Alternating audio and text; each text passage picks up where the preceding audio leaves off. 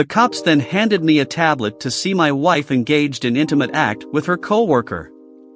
Dear listeners, today we bring the story of a woman who not only cheated on her husband but brutalized her AP when she caught him cheating.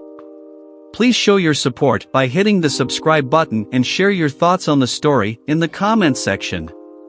Let's start with the story. My name is Max and my wife is Linda. On D-Day, it all began with an unexpected call from the police, urgently requesting my presence at the station. Panic set in as I feared the worst for my wife or son. Little did I know, the reality awaiting me would be far more surreal and devastating. Upon arrival at the police station, I found myself confined to a room with sterile furniture and an air of tension. They immediately bombarded me with questions about a guy my wife works with, someone I hadn't been in contact with since a company Christmas party in December 2019. Confusion and anxiety gripped me as I tried to comprehend the situation, desperately seeking information about the well-being of my family. The relentless questioning stretched on for what felt like an eternity, leaving me mentally and emotionally drained. Just when I thought I couldn't handle anymore, they handed me a tablet. What unfolded on the screen was a gut-wrenching revelation, a video capturing my wife engaging in an affair with a co-worker. The shock hit me like a sledgehammer, and I found myself screaming in disbelief within the confines of the police station. As if that wasn't enough, the officers went on to explain a disturbing twist to the tale. The man in the video, my wife's affair partner, had been subjected to a brutal attack earlier that morning. The details were gruesome. He was found in his driveway, beaten, raped, and set on fire. In critical condition, his survival was uncertain, hanging in the balance. Amidst the chaos, a paramedic checked my vitals, revealing the toll this revelation had taken on my physical well-being. After the shock subsided, the officers advised me against returning home, suggesting a potential connection between the violent attack and the affair. I'm left grappling with an overwhelming flood of emotions, trying to make sense of the profound betrayal and the unforeseen spiral of events. The foundations of my 12-year marriage have been shattered, and the path ahead appears fraught with uncertainty and heartache.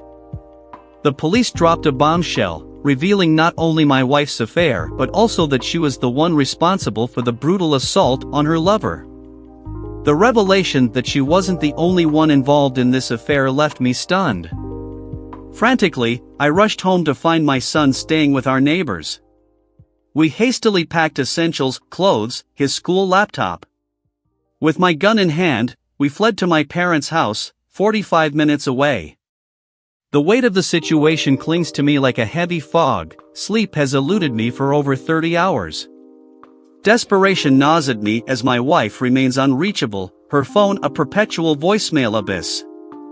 The officer, who had handed me his card earlier, offers scant comfort, mentioning she's at the hospital with her affair partner. I'm sitting in bed, flanked by my son on one side and my .38 revolver on the other. My dad sleeps in a chair in the living room, a shotgun across his lap. The atmosphere is tense, and I'm grasping for any semblance of normalcy.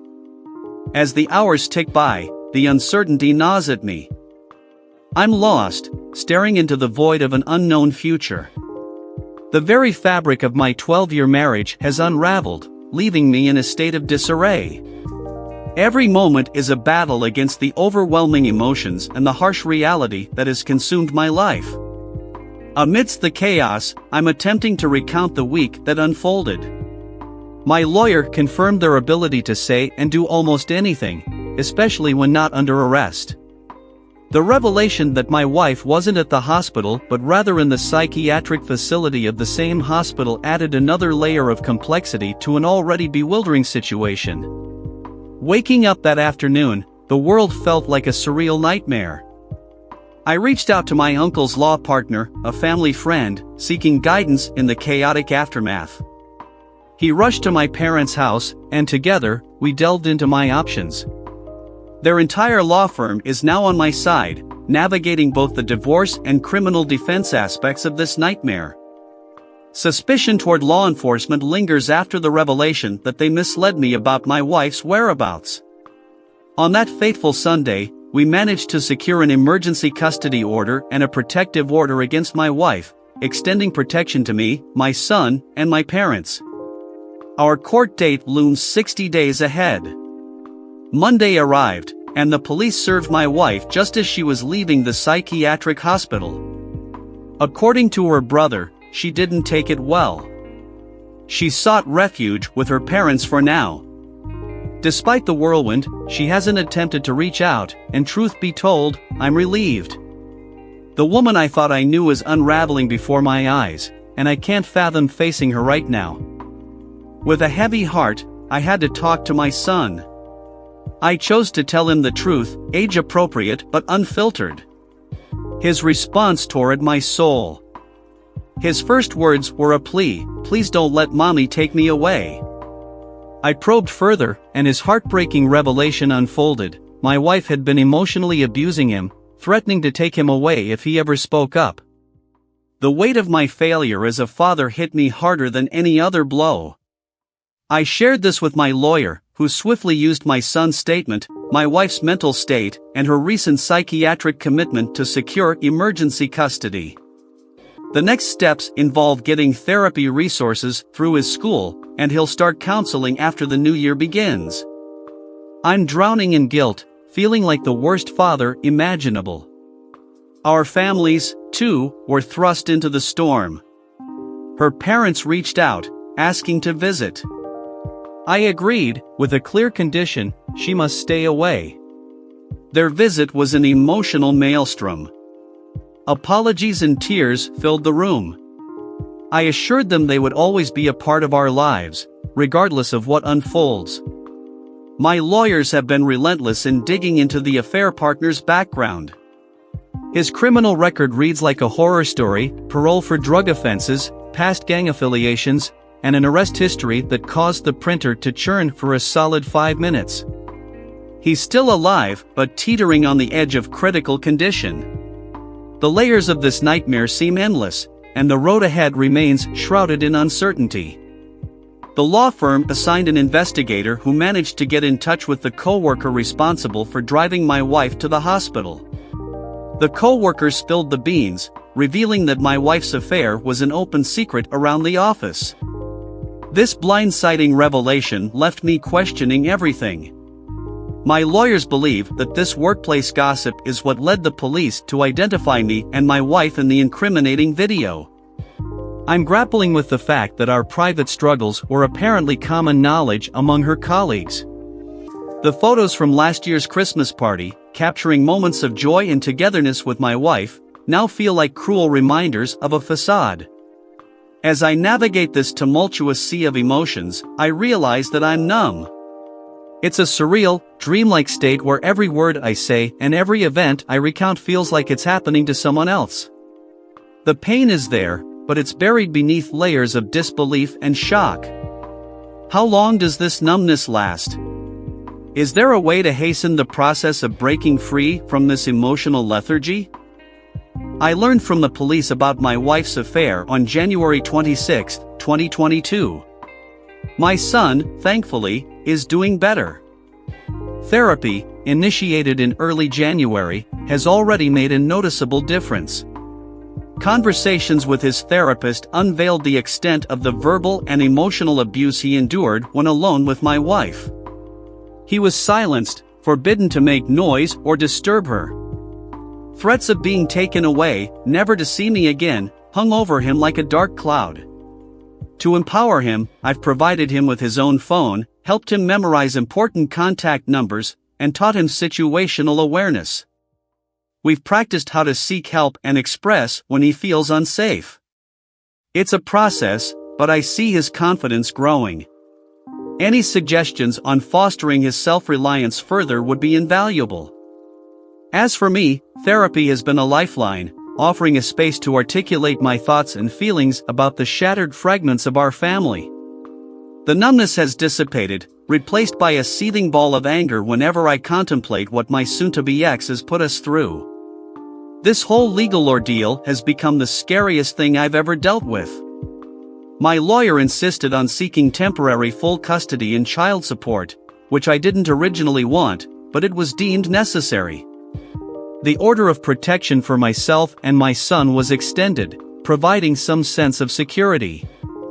At a hearing where neither my wife nor her lawyer showed up, the judge proposed supervised visitation.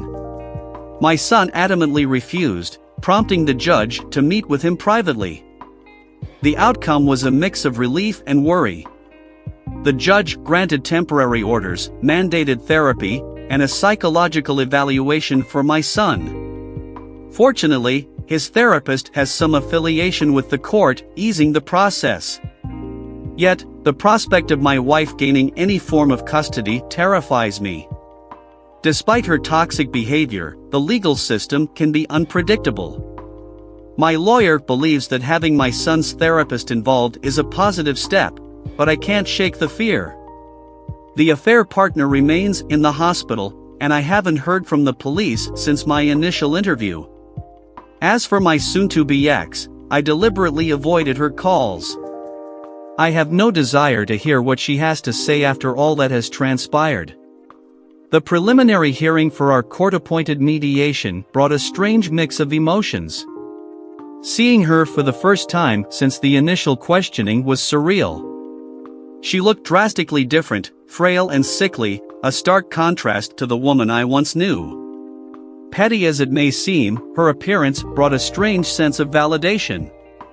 The proceedings were insulting, with requests for visitation during the divorce and shared custody afterward. The audacity to suggest cohabitation until the divorce is finalized left my head throbbing. However, the trump card was the prenup. Crafted by my late uncle, the founding partner of the law firm I'm using, it proved to be a masterpiece.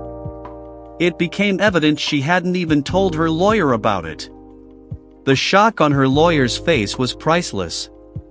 The prenup stipulates a clean 50-50th division of marital assets and debts, but our financial setup made this almost redundant. The adultery clause is another layer, eliminating any possibility of spousal support if either party is caught or admits to infidelity. My lawyer reassures me that breaking the prenup is nearly impossible given its fairness. But the latest request from my soon-to-be ex's lawyer has thrown me for a loop: a 6-month postponement of official mediation while she attends an inpatient rehabilitation facility for substance abuse. People in my previous posts hinted at a possible substance abuse issue, but I brushed it aside. Now, my lawyer and I are deliberating on how to respond to this proposal. Before leaving the lawyer's office, my soon-to-be ex spoke for the first time, asking me to read a letter she'd written. My lawyer warned me to be cautious, calling it a potential snake, but I took it home and read it. The letter started with the typical cheated spouse platitudes, but it took a dark turn. My soon-to-be ex revealed that after a major surgery 2 years ago, she started abusing medication. Eventually, she resorted to buying them from co-workers, including the affair partner. When money ran out, she turned to sleeping with him to cover the costs. She hid this from me, fearing I'd make her stop. Now, she claims to understand the gravity of her actions, expresses remorse, and wants a chance to prove she can change for the sake of our family. Let me make it clear, I'll never reconcile with her. Our marriage ended the moment she cheated and mistreated our son. But, reflecting on her struggles, I feel a mix of anger, resentment, and a hint of sympathy. Yet, I can't shake the feeling of being an oblivious fool. How did I not see this unraveling right under my nose? I grapple with feeling like a failure as a husband and father. I'm stuck in a whirlwind of emotions, questioning if I'm justified in feeling betrayed or if I'm just throwing her away. The anger and resentment drown out any empathy I might have. Is it fair to treat someone fighting these demons with such disdain? I'm lost and hopeless, navigating uncharted territory.